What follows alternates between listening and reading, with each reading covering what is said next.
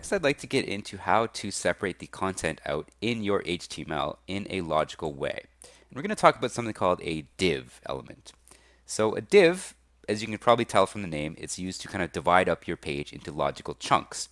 And what I'm going to do is, I'm actually going to erase all the code we have here and start from scratch here. And we're going to build out our pieces of code in little sections. And that's how a lot of HTML is written out there in the wild. So you might have a section, for example, for your header here. This might be one division of your page. Then you might have a section for your main content. Maybe another section for, a sidebar, for example. And then another section for your footer. So these are all ways to break up your page in a logical way. And the basic way to do that is use something called a div. And that looks like this. So you open it, and I'll put this on a separate line, and you close it, /div. And you can kind of consider it as similar to, say, an opening body tag and then a closing body tag, but this is just kind of a smaller division. And then in this div, if you want to put a paragraph, for example, /p, and put some example text in here, and then you want to have a separate division, right? Because you want to, for some reason, logically divide this out into a separate section. You can do that with another div tag here, div, and then you close it down here. Right? So again, with divs, especially, it's important to close it. I would recommend right away. As soon as you create one, always create a closing tag, and then just kind of start putting stuff in between. Because if you don't close your div off correctly, like any other element, it might mess up the formatting of your page. It might not look how you expect it to look. In any case, the browser knows to interpret these divs as separate pieces of your HTML, right? Which means if you start to put another paragraph in here, another paragraph, right? It lays it out logically, and then this div always comes after that, right? So I'm the second div /p, right? And it looks pretty similar, right? It's kind of hard to tell that it's a separate div, but it's important to be able to do this, and we'll see why once we get into more styling and moving things around with CSS, with your cascading style sheets. So for example, maybe you want a different background color for this div than this div. Maybe you want this div to be laid out differently, right? You want it to be laid out like this, for example, this header up here, instead of just kind of in a block style like it is doing currently. And you might think, well, do I really need it? Well, a lot of times you probably don't absolutely need it, but it makes sense, as a developer to separate your page out logically like this. Especially if, you expect another developer to come along and be making changes, and it just kind of makes it more clear exactly what your intent is for this page. You can also have divs inside of divs, right? It's just like any other element. And this just kind of further subdivides your div. So I'm in a sub div, I guess you could call it. Right? And again, it's kind of hard to tell because we don't have any special styling on it. So it's kind of hard to tell that it's, a sub div. But again, if we wanted to color this particular div a different color, a different background color, do something different with it, well, now it's going to be easy to do so because we can just grab it out of this inner div. And this might start to make sense once you kind of piece out your HTML. And again, do you have to use divs? No, absolutely not. But I think it's a good way to organize your code, and you'll see it a lot out there on the web.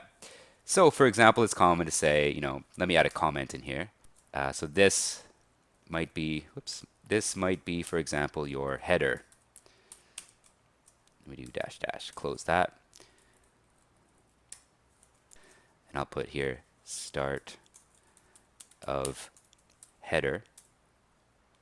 Down here we can say end of header -- right? And then below that you can have your start of main content. Start of main content -- right? And then again -- end of main content. And then you might have another div, right? So div, this one might be your footer, for example. So in here we can put a paragraph, I'm the footer /p, for example. And then you can just add a little comment to yourself, -- end of footer. Right, comments, great way to kind of reinforce this in your mind. You could also just kind of separate it out in terms of adding extra space. Right, remember that the browser will just kind of ignore extra space between tags. And if we kind of break this up further. So up here, it's common to have, in your header some kind of navigation link. So let's do that. We'll do a UL, and we'll close it. And we know how to do links, right? And we know how to do list items. So we'll do an li/li. This one we'll do an a element, a href equals http colon / www dot, we'll do Google again, google.com /a, go to Google. Right, and we can do another one, li/li, a href equals http colon / www.example.com /a, go to example. The main content of your site, maybe you don't have a paragraph, maybe you just want to display an image, for example. Well, how can we do that? We know how to do that as well, right? So we can do image source equals, and I have a couple cake images prepared here. So let's go ahead and grab this one. Get share links. We'll just grab one of these versions. Image source is the following, and we'll take out this imager stuff. Right? And because it doesn't wrap anything, you can just close it right away. And it's kind of logically separated out now in terms of our code.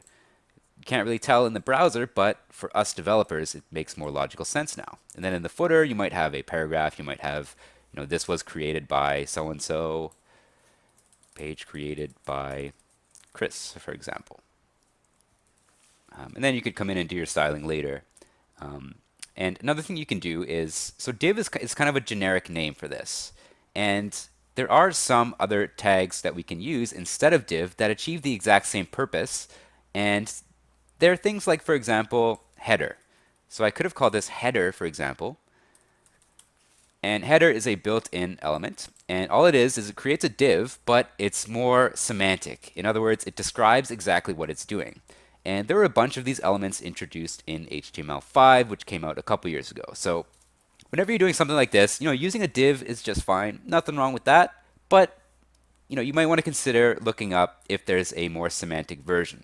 So for example, this is a header. This is the main content of our site. And wouldn't you know it, there is an element called main. And again, it's just another word for div. So it's no different from a div except the name. It treats it just like as if you were putting a div in. And it's again more clear for us developers what exactly we're doing here. And what's this? Well, wouldn't you know it, there's a footer element as well that we could use. And this one should be over one. Never mind. These both should be over, which means this one should be over as well.